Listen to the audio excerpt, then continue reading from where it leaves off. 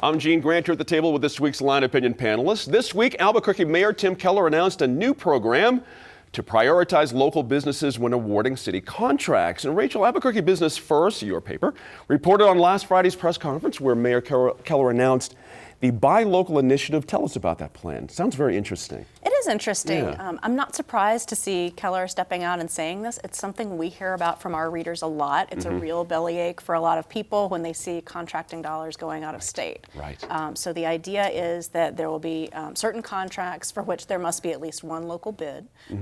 There will be an increase in the small purchase limit, with the idea being that more local companies can compete for those small purchases. Right. And they're going to make some general information about bids available in advance locally, so that people can, see and strategize if they want to compete for that. Those last two things are actually pretty huge. I've had my share of, in my life journey here in Albuquerque, of bidding on things with certain companies and certain jobs. Yeah.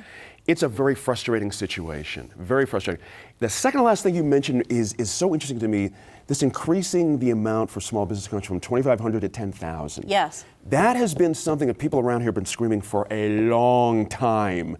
And somehow they've been heard. It's amazing. Mr. Keller heard them. What's the upshot there? More opportunity for businesses to grow, to be able to get bigger contracts than they ever could before? Is that part of the goal here? So the idea, Keller came out and said, we're hoping this will create hundreds of jobs. Right. So more opportunity for more of those contracts to be in local companies' hands. Right. So it'll be really interesting, since we have heard so much about this issue, to see how much local companies come forward and compete for these. That's a good point. Marco, I'm telling you, I agree with Rachel. A bellyache is a good way to put it in this town for a long time. What's your sense of this one? This is the right thing to do, right step here for Mr. Keller? Well, investing here in Albuquerque is exactly where we should be investing. Why send money outside of the state when we could be investing right here and now? I know with the big thing he said is they're changing where they're getting their coffee now. Now it's here in, local. Zendo. I think, continue that trend. Make more things here in Albuquerque. That's right. That's right. Good point there. Dan, what's your sense of this one? Is this a long overdue thing here with this local contract, or is this just much ado about nothing at this? Well, this is something I've argued for years, even when I was in the legislature. We give out billions of dollars, hundreds of millions to these companies to move to New Mexico. Right. If you took a third of that money and helped local small businesses add 2 or 3 employees 20 years from now, they'll still be here. Thank you. I think it's a great move. I just hope that they'll look at things where, a lot of times these entities, and I'm not saying this about the mayor because I don't know if Albuquerque is doing as a city. These all sound great, and they wind up buying their coffee local and they buy T-shirts local, but their law firms aren't local, and their insurance isn't local, and their consultants aren't local, and that's where the big dollars are. That's where they're spending millions and millions of dollars, and that's where the difference is made. Yeah, it's great that you help. The T-shirt guy had one employee and he gets that person, or the coffee guy gets a new person in there. But, when they're signing these contracts and they're flying in lawyers from Dallas or New York or Chicago, when there's law firms here that could be hiring graduates, more clerks, more paralegals. There's insurance firms that could be handling the consulting on this stuff, that they could be doing it locally, and instead they're paying companies out of Chicago. Let me ask you a question. You're a small business guy. You know what's up here. The question I put or the point to Rachel about the increasing to 10,000. Does that ring your bell? Or is that too low? I think still? It's too low. Okay. I think it's great. Yeah. I think it's a great move. To move from where it was to where it was is good.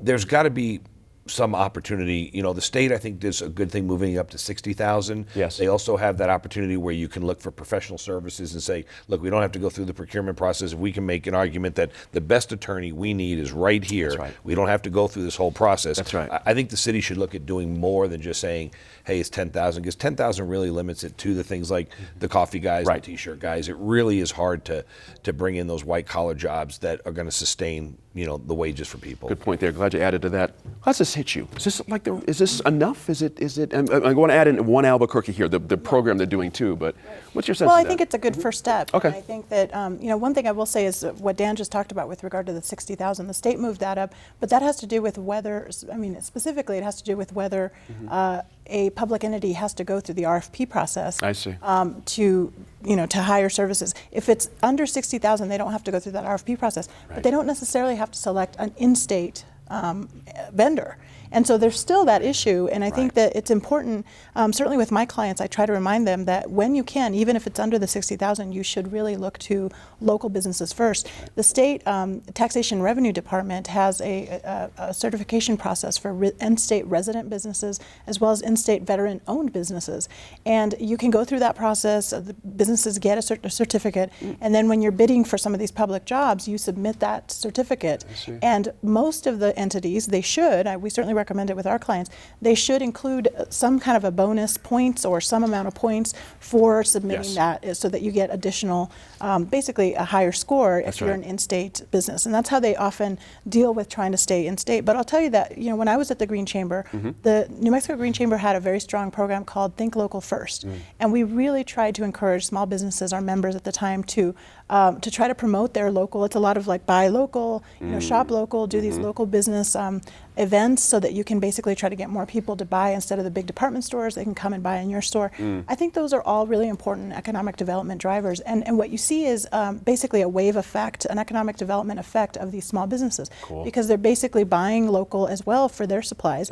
They're paying their employees. And so a lot of that money that gets spent stays in the local area. And so I think it's really important. But I would agree with Dan, $2,500 was really low. It was incredible. $10,000 is also still pretty low. If you think about $10,000 a year, that's just not very much. That's right. So it's important to... You can't build a firm on a $10,000 contract. No, and so you still have to, I think they can do more, and they probably will, but I think this is challenging enough for them to make this. I think it's a good move. Fair point. I want to ask you about this One Albuquerque program we've got out there. Carlos Contreras, wonderful guy, has been in the studio. Hakeem Bellamy, colleague, works here as well. It's designed to appeal, I'm going to a sense, for younger people. I'll be 60 this year, so I'm going to ask you: does this ring your bell? Does that video work for you and make you feel something about Albuquerque? Does it move you in some sense, the One Albuquerque thing? Well, I mean, like I said, as long as we're investing in Albuquerque, I feel like it does move people. As for a younger sense, I don't have any foreknowledge on that. But your own personal heart, does it make your heart beat a little bit when you see that video? Yeah. Okay. Yeah, no, it does. Cool. Yeah. I love Albuquerque. I was born and raised here, and I'm happy to call this place home. And so anything where I can see Albuquerque grow, it does make me feel happy. I love and it. I feel like everyone else should feel the same way. I like that. I like that conviction. Rachel, the One Albuquerque program. Most cities do this. They have a sort of a theme to put out there. So now we have this theme, but I'm a little unclear on the theme, actually. I hear the name One Albuquerque, but I'm not necessarily clear on what that actually means fully. I know what you mean. That is pretty common to see when a new mayor comes into office. There's some word or phrase that they want to use as just a rallying cry to start getting people behind their causes. I used to live in Baltimore, and when Martin O'Malley became mayor, probably about 15 years ago now, it was a time when Baltimore was really high in the murder rate among American cities. And his slogan that he put out there when he first took office was "Believe." It was these black and white banners around the city. Believe in Baltimore, believe that we can change.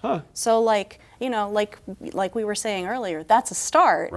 And people in Albuquerque are going to be really watching what happens next. What do we do with that? If we're together, what happens now? That's just right. Once we're one, what happens then? Exactly.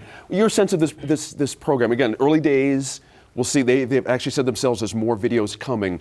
But your sense of the first one, does it move you and does it make you? Yeah, I mean, I think it's moved us in the right direction. There's a lot of healing the city needs. The problems we've had with the police department, the problems we're having now with the University of New Mexico. It seems like all the leading entities within this city have really caused some division. So I think rallying to bring everybody together is a great. The timing is impeccable. Absolutely. Well, I mean, the timing is well overdue. The last mayor had 8 years to see this train coming, and he was oblivious to it. So it's nice to see the new mayor jump on board to do that. I know the new mayor, being a fellow metalhead like I am, is going to look to Five Finger Death Punch, things like that, to get some leadership, and they're going to get some great sayings out of some of those songs. That's and right. Maybe we'll bring some of those guys back like they were last weekend to lead. I'm going to wrap up here real quick, but I should mention that First Lady Elizabeth Kristen Keller is also involved with this and announced the One ABQ Challenge, the goal of engaging in projects that reflect the city's creativity, diversity, and needs. I love it.